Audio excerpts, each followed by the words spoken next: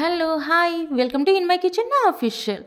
ఈరోజు స్పెషల్ ఏంటి అనుకుంటున్నారా? ఏం లేదండి. ఈవినింగ్ అయిపోయింది. చాలా రోజులవుతుంది దోస తినక అని చెప్పేసి అలా వెహికల్ ఏసేసుకొని అలా రోడ్ పైకి వెళ్తే బండి పాయింట్ కనిపించిందండి. సర్లే భయ్యా ఒక దోస ఇవ్వు ఎంత అని అడగగానే 60 రూపీస్ అన్నాడండి. ఆ దోస కూడా అరిసంత కూడా లేదు. అరిసంత లేని దోసకి కూడా 60 రూపీసా అనుకున్నాను. అయినా అక్కడ అట్మాస్ఫియర్ నాకు నచ్చలేదండి. సర్లే అని చెప్పేసేసి చిటికెలో అదే రిటర్న్ చేసేసుకొని వెహికల్ రిటర్న్ చేసేసుకొని చిటికెలో ఇంటికొచ్చాను. ఇంటికొచ్చేసేసి ఒక కప్పు మినపప్పుకి 3 కప్స్ రేషన్ బియ్యం వేసేసుకొని, ఒక్క టేబుల్ స్పూన్ మెంతులు వేసేసుకొని అలా నానబెట్టేసానండి నైట్ అంతా. నానబెట్టేసేసుకొని మార్నింగ్ లేసేసి దానిలోకి అదంతా మిక్సీ చేసేసుకొని లాస్ట్‌కి ఇంకొక కప్పు మిక్సీ అవుతది అనంగా దాంట్లోకి ఒక గుప్పెడు అటుకులు తీసేసుకొని ఇలా వాటర్ ఏసేసుకొని ఆ అటుకులు మొత్తం మెత్తబడేదాకా జస్ట్ 1 మినిట్ అలా ఉంచేసి ఆ వాటర్‌లోకెళ్ళి ఆ అటుకులు మొత్తం తీసేసుకొని ఇందులో వేసేసుకున్నానండి. ఇలా మొత్తం అటుకులు వేసేసుకోవాలి. ఇంకొకటి మీకు ఈ అటుకులు వేసుకోవడం వల్ల దోస అనేది మనకి స్మూత్‌గా, మృదువుగా వచ్చేస్తుందండి. లేదా నాకు హోటల్ స్టైల్‌లో కావాలి అనుకుంటే మనకు కుక్ చేసిన అన్నం ఉంటుంది కదా! ఆ అన్నం ఒక గుప్పెడంతా వేసుకుంటే క్రంచీగా వస్తది అండ్ కలర్ కూడా సూపర్ అంటే సూపర్‌గా వస్తుంది. కాకపోతే నాకు ఇలా ఇష్టం కాబట్టి అన్నం కన్నా అటుకులు వేసుకుంటే కొంచెం మృదువుగా ఉండాలనేసి నేను ఇలా అటుకులు వేసేసుకొని అలా పెట్టేసుకున్నానండి. జస్ట్ ఒక 4 అవర్స్ బయట ఉంచగానే అది కొంచెం పులుపెక్కింది. అది బాగా పులుపు ఎక్కడం అంటే నాకు ఇష్టం ఉండదండి. అందుకే జస్ట్ ఒక 4 అవర్స్ అలా బయట పెట్టేసి తర్వాత ఫ్రిడ్జ్‌లో పెట్టేసుకుంటా దోసల పిండి మాత్రం. ఇప్పుడు దీంట్లోకి ఏ దోస వేసుకున్నా చట్నీ సూపర్ ఉంటేనే మనకది దోస తిన్నట్టుగా ఉంటుంది. అందుకని చెప్పేసేసి హోటల్ స్టైల్‌లో నేను ఈ చట్నీ చేస్తున్నానండి. ఎలాగంటే స్టవ్ ఆన్ చేసేసుకొని దీంట్లోకి రెడ్ మిర్చి అండ్ ఎండుమిర్చి, పండిన మిర్చి అండ్ పచ్చిమిర్చి అది బాగా ఫ్రై చేసేసుకున్నాను. ఒక 10 దాకా తీసేసుకున్నానండి మిర్చి అనేది.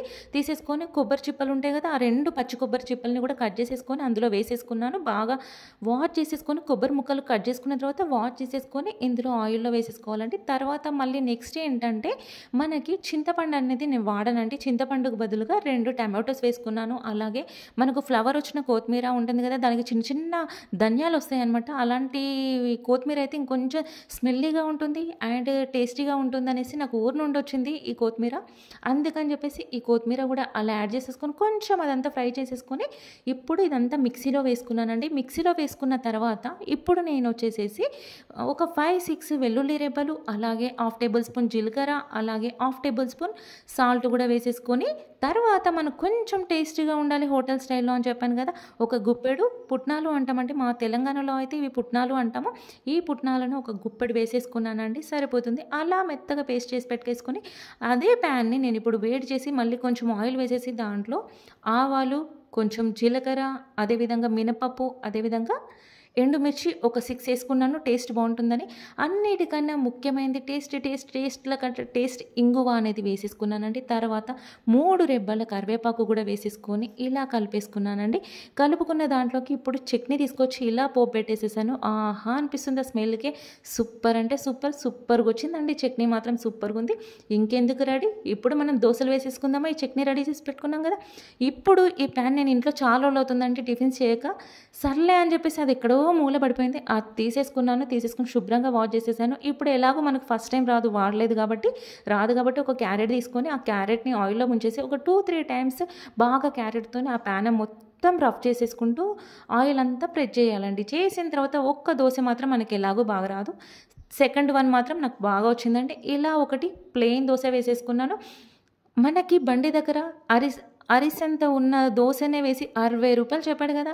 ఇంకెందుకు ఇంటికొచ్చేసి నేను చాటంత దోస వేసేసుకొని సూపర్ హెల్తీగా తినేస్తున్నా అని చెప్పేసి ఒక సంతోషం అయితే వచ్చేసింది నాకు. ఇలా ప్లెయిన్ దోస వేసేసుకున్నానండి. తర్వాత అలాగే మళ్ళీ ఆ క్యారెట్ ముక్కల్ని ఆయిల్‌లో ముంచేసేసుకొని మళ్ళీ ఒకసారి మొత్తం ప్యాన్‌కి అప్లై చేసేసుకున్నానండి.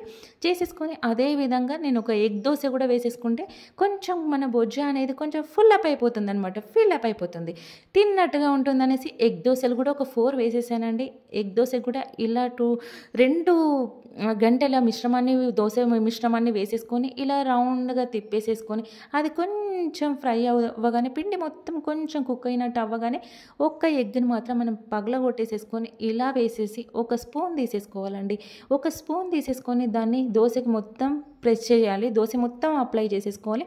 అప్లై చేసేసుకొని జస్ట్ ఒక 5 సెకండ్స్ అలా ఉండాలండి. వదిలిపెట్టేసాలి. పైనుండి మనకి బటర్ ఉంటే బటర్, లేదంటే ఆయిల్ అలా పైనుండి వేసేసుకోవాలి.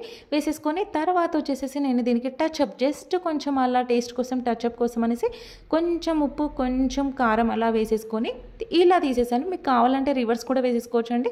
ఇది పైన కూడా మొత్తం ఎగ్ కాలిపోయింది కాబట్టి, ఆల్రెడీ ఉడికిపోయింది, బాగా అయిపోయింది కాబట్టి నేను వన్ సైడే కాల్చేసుకొని ఇలా పక్కన పెట్టేసుకున్నాను. Plain dosa and egg dosa అలాంటి చట్నీ సూపర్ అంటే సూపర్ ఉంది. ఇంకెందుకు లేటు, సబ్స్క్రైబ్ చేసుకోండి, లైక్ చేయండి, షేర్ చేయండి.